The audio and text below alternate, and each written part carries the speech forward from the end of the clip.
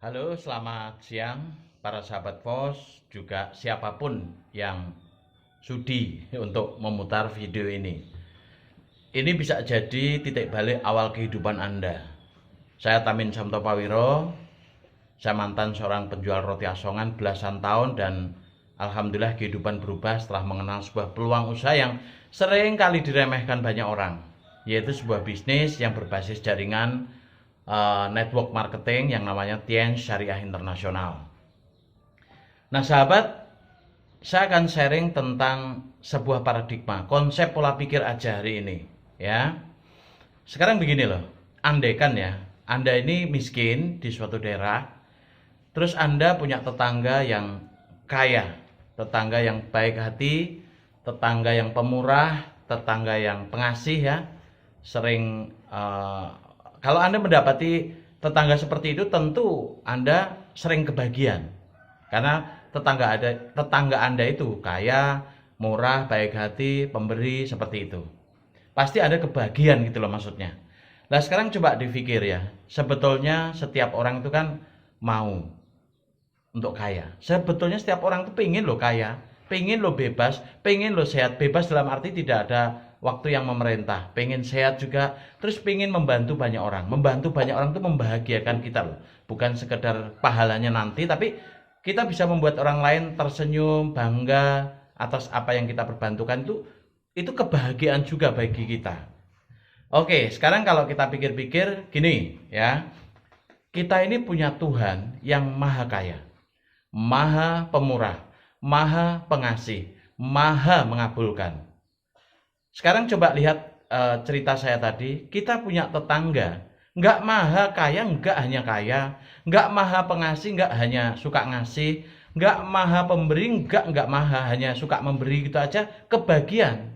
Lah apalagi kalau kita punya Tuhan yang maha kaya, maha pemberi, maha pengasih, maha pemurah, maha mengabulkan. Kenapa kita ini kok tetap miskin? Nah itu pertanyaannya. Kenapa punya Tuhan yang seperti itunya kok keadaan kita sulit untuk miskin itu loh, kenapa?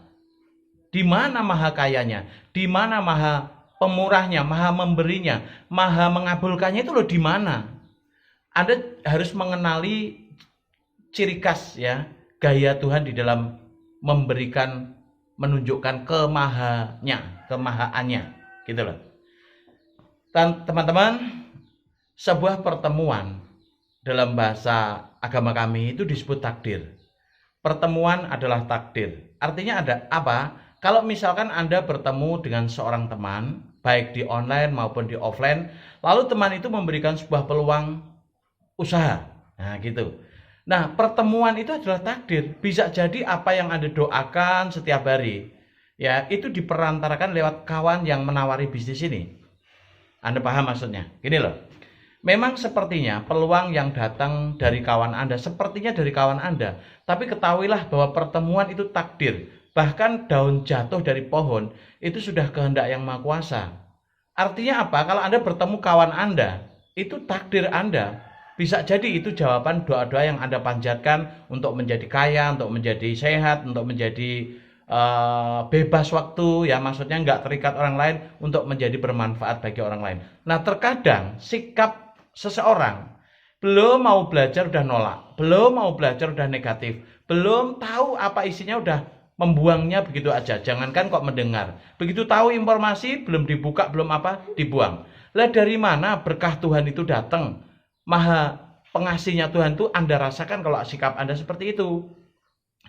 Anda setelah selesai sholat 5 waktu, misalkan Anda berdoa, ya Allah utang-utang saya biar lunas, saya pengen penghasilan 1 miliar dalam 1 bulan. Maha kaya dimintain 1 miliar ya kecil lah.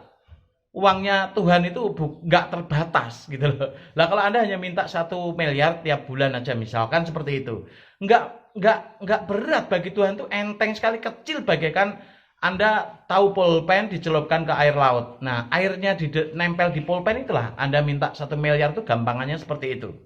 Tetapi Anda menangis darah sekalipun, tidak mungkin Tuhan memberikan uang sekarung, 2 karung, 10 karung dari genteng rumah Anda, itu nggak mungkin gitu loh.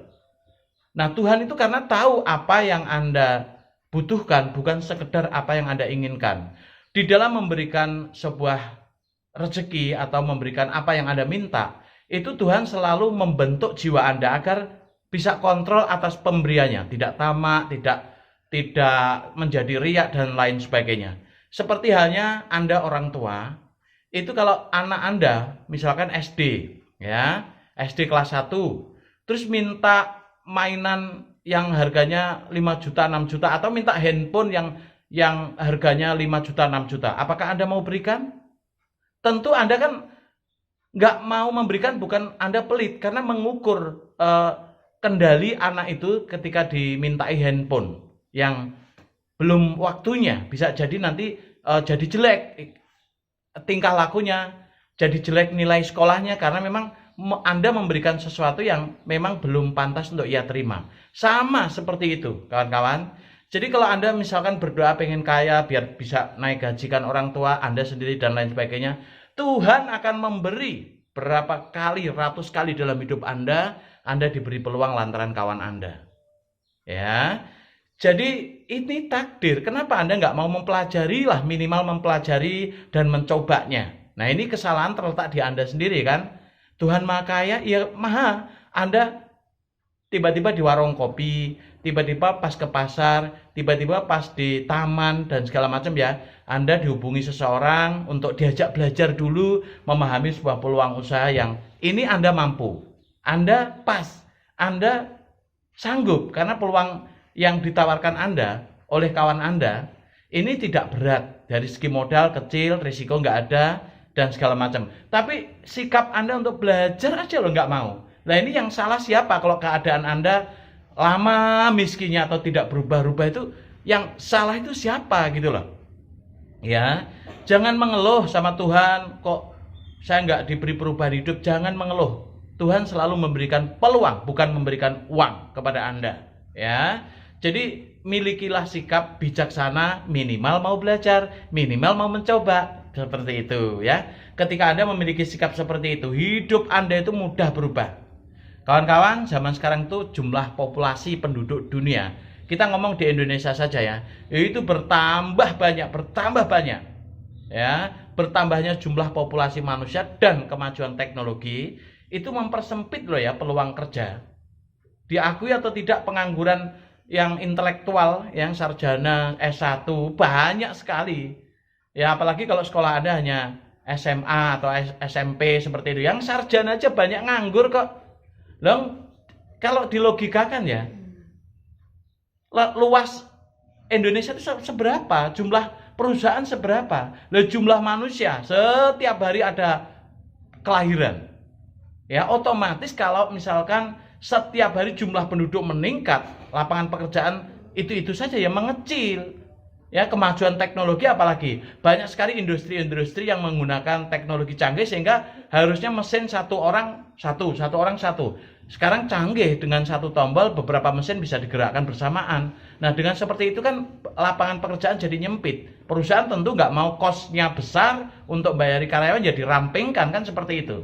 Nah, tetapi bisnis yang ditawarkan Anda yang berbasis jaringan ini justru kebalikannya. Semakin banyak orang, semakin maju teknologi, semakin bagus. Jadi peluang bisnis yang saya jalankan saat ini juga yang telah merubah kehidupan, kalau menurut saya sih ratusan kali lipat jauh lebih baik ya. Itu ada di depan Anda. Anda ambil atau tidak itu terserah Anda. Kalau Anda pengen berubah, Anda minta doa kepada Tuhan, diberi, ditolak. Begitu doa dikabulkan, diberi peluang, ditolak. Kan lucu toh. Ya, jadi lewat sharing pendek saya kali ini, saya mengajak Anda untuk ayo ambil peluang ini, sama-sama kita berubah ya. Oke? Ambil peluang, jangan takut.